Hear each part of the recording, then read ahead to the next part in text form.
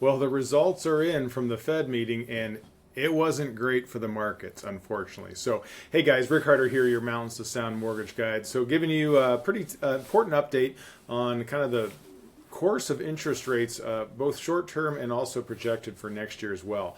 So, yesterday, as predicted, the Fed cut their federal funds rate by a quarter point. Unfortunately, that was already baked into the cake, as we've talked about in the past. The market had already expected that change, and but the bad news is in the Fed press conference and in what they call the dot plot, it is pretty strong now that the Fed is not going to cut rates nearly as aggressively as they were planning to next year.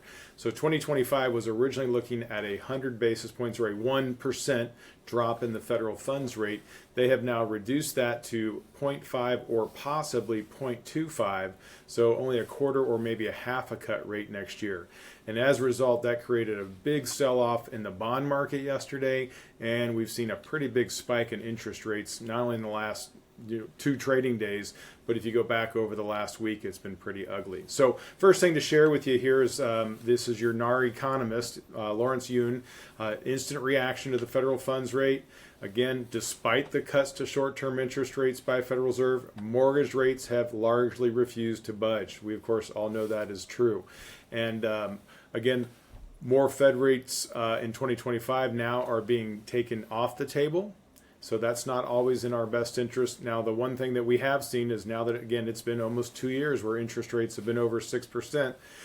Though people don't like it, they are starting to get used to it. It is becoming the new normal. And again, just a reminder to you, so that you can remind your clients, the 50-year average for interest rates on mortgage, 7.7%. And the good news is we're not at 7.7%. You think things are tough now? That would be particularly ugly. So let's do it real quick. Let's look at the charts just so I can kind of give you a sense of what's happened. And I'll do this very quickly for you. I'm going to take a look at the 10-year Treasury. So what we're going to do, we're going to look at the 6-month run rate here. Actually, let's just take a look at the last 3 months. So you'll see we had that nice drop in rates getting close to 6% as we were pushing into September. And then we had that big spike that took us all the way into November. And then we started to see some nice improvement as we went through November into early December. And unfortunately, we've seen this big spike back up in the last about 7 or 8 trading days. Yesterday, this big long wick, bad. That this means higher, this is the 10-year Treasury. So as this goes up, so goes interest rates. So if you look at it from a 6-month, where are we at? Well, we're at about we're over 6 months highs. We're at the highest we've been on yield and also interest rates in 6 months. So not a real positive time. So the Fed is acting like Scrooge this holiday season with they're keeping their money, and they're not giving it to the economy right now. The reason why is they still inflation continues to be pesky. It's a lot stickier than anyone expected it to be. Heck, look at eggs. I don't need to tell you. And also, obviously, jobs numbers. We're still seeing a very robust economy with jobs. So where are interest rates? So let's take a look at the optimal blue average. Again, going back, we were seeing if you look at the last, again, 6 months, we hit kind of the worst levels back in July, saw some nice improvement.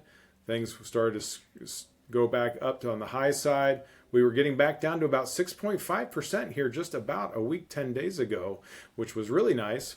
But unfortunately, we've seen this big run up here again in the last 7 trading days. We're now pushing back to 6.8% average 30-year fixed on a conventional conforming loan. Obviously, credit scores will certainly dictate and make those rates go up even higher. VA, Jumbo, FHA, obviously they all have a little bit different numbers that you're going to see associated with those. So again, just keep that in mind. We are definitely going into the holiday season in an upward rate environment. The good news is we are starting to see inventory build a little bit. Not uncommon when we start to see rates spike a little bit, we see inventory build.